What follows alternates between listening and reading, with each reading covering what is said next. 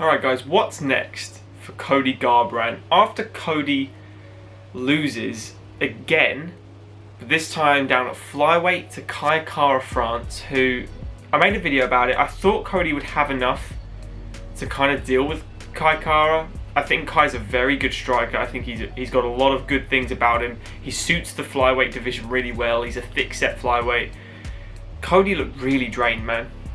As soon as it came to the weigh-ins, I saw a lot of people say he looks really good at the weight. Oh, great. I didn't think he did. I thought he looked really skeletal. I thought he looked like it took him 6 months to make this cut work, and that got leaked. He said, in podcasts before, that he could make it really easily, and it didn't look like he did. Yes, he didn't miss weight, but I don't think he looked good. In the commentary, they were saying he looks big in there, he looks great, he looks explosive, it's all this good stuff, and again, he was so dehydrated, in my opinion, which he's already known as having a glass jaw. It didn't help cutting the weight again, and it really showed because he got clipped by a good right hand, not a phenomenal right hand. It wasn't a pitch perfect right hand by Kai, it was just a good right hand. Just landed a right hand, normal right hand. Sat Cody down, and he was wobbly. He tried to land a takedown, and all he was trying to do against Kai and that was just survive that round, and it was clear, and that's a fine game plan. If you get cracked like that, it's better to lose a round than the whole fight. Completely understand it.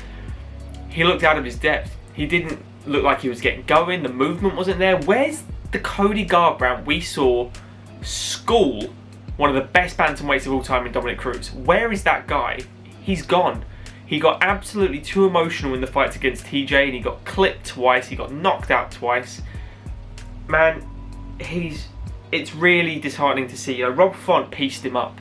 Absolutely pieced him up, put a clinic on him, and in hindsight, Rob Font should have probably finished him looking at this. Cody's gone. This Cody Garbrandt that people remember, he came back and he did the Sunsao knockout, which was phenomenal. Arguably knockout of the year. I think it was tied with Eddie Wineland getting knocked out by Sean O'Malley at the time. It was that kind of, just starch. 1 second to go in the round, picks an uppercut from the floor and just drags it all the way diagonal across, just straight knocks the Sunsao to the deck. Beautiful. That guy is gone. Whatever Mark Henry's doing ain't working. It ain't working. This is Cody Garbrandt, who's a very elusive, footwork orientated, complete power boxer. That is his game plan. Stuff takedowns, doesn't really use wrestling as an offense ever. He wants to knock you out. His boxing is very good. Anyone that says it isn't, shut up, it is. But this isn't good. This whole region is susceptible to big time damage, and he folds like a deck chair when he gets clipped. And it's going to happen time and time again.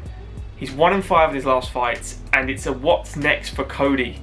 Because, for me, take some time away. I think he needs to take some time away. Go really think about if you want to keep doing this. This is crazy to say because he was the champion not too long ago at bantamweight. And he's, first things first, if he does come back, go back up, mate. Go back to 135, 125, stop it. All these people that think they can make stop it. You don't need to.